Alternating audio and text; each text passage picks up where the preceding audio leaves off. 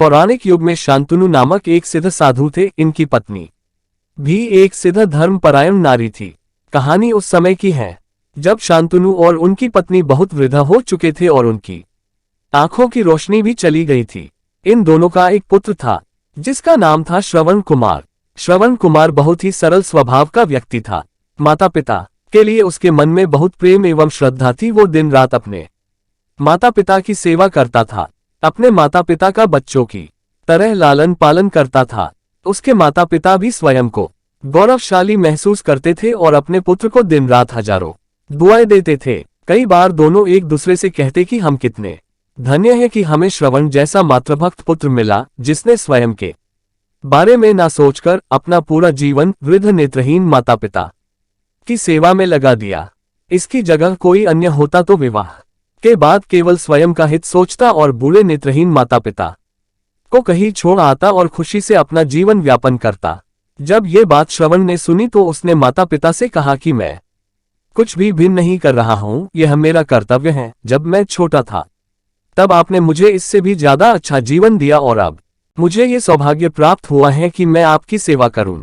आप दोनों जो भी इच्छा रखते हैं मुझसे कहे, मैं उन्हें अवश्य पूरा करूंगा। तब शांतनु और उसकी पत्नी कहते हैं, पुत्र श्रवण, हम दोनों की आयु बहुत हो चुकी है, अब जीवन का कोई भरोसा नहीं है। किसी भी समय हमारी आंखें बंद हो सकती हैं। ऐसे में हमारी एकमात्र इच्छा है, हम तीर्थ यात्रा करना चाहते हैं। क्या तुम हमारी यह इच्छा पूरी कर सकते हो? श्रवण कुमार अपने माता पिता के चरणों को पकड़कर अत्यंत प्रसन्नता के साथ कहता है, हाँ पिताश्री, ये तो मेरे लिए परम सौभाग्य की बात होगी कि मैं आप दोनों की इच्छा पूरी करूं।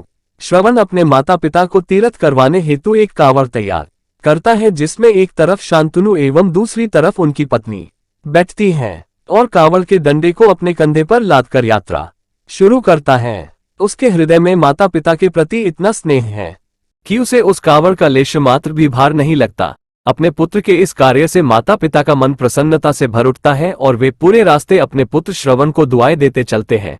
तीर्थ करते समय जब वे तीनों अयोध्या नगरी पहुंचते हैं तब माता पिता श्रवण से कहते हैं कि उन्हें प्यास लगी है। श्रवण कांवड़ को जंगल में रखकर हाथ में पत्तों का पात्र बनाकर सरयू नदी से जल लेने जाता है।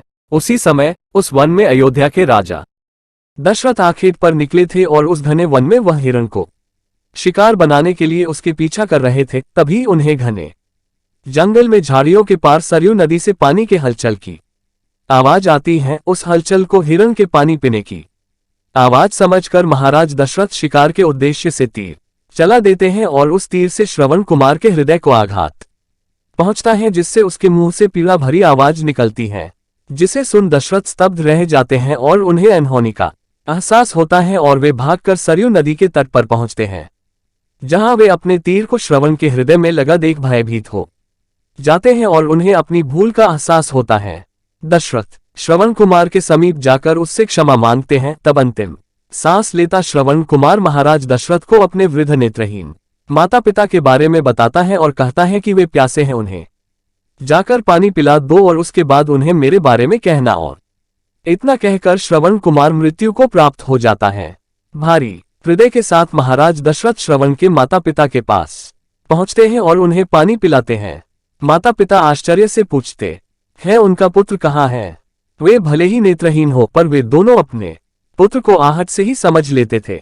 माता पिता के प्रश्नों को सुन महाराज दशरथ उनके चरणों में गिर जाते हैं और बीती घटना को विस्तार से कहते हैं। पुत्र की मृत्यु की खबर सुनकर माता पिता रोने लगते हैं और दशरथ से उन्हें अपने पुत्र के पास ले जाने को कहते हैं। महाराज दशरथ कांवड़ उठाकर दोनों माता पिता को श्रवण के शरीर के पास ले जाते हैं।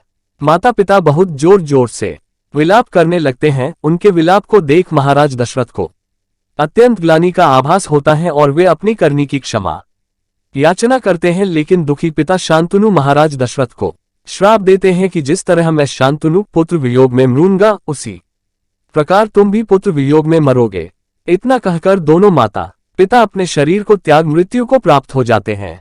महाराज दशरथ श्राप मिलने से अत्यंत व्याकुल हो जाते हैं और कई वर्षों बाद जब उनके पुत्र राम का राज्य अभिषेक होता है तब माता कैकेयी के वचन के कारण राम, सीता और लक्ष्मण को 14 वर्षों का वनवास स्वीकार करना पड़ता है और इस तरह महाराज दशरथ की मृत्यु भी पुत्र वियोग में होती है।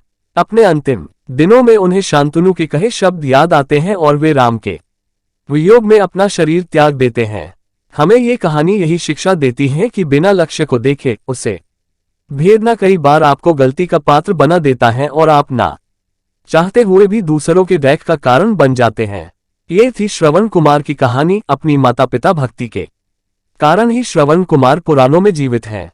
श्रवण कुमार सदैव अपनी मातृभक्ति के लिए जाने जाते हैं। उन्हीं की कहानी सुनाकर माता पिता अपने बच्चों को संस्कारित करते हैं।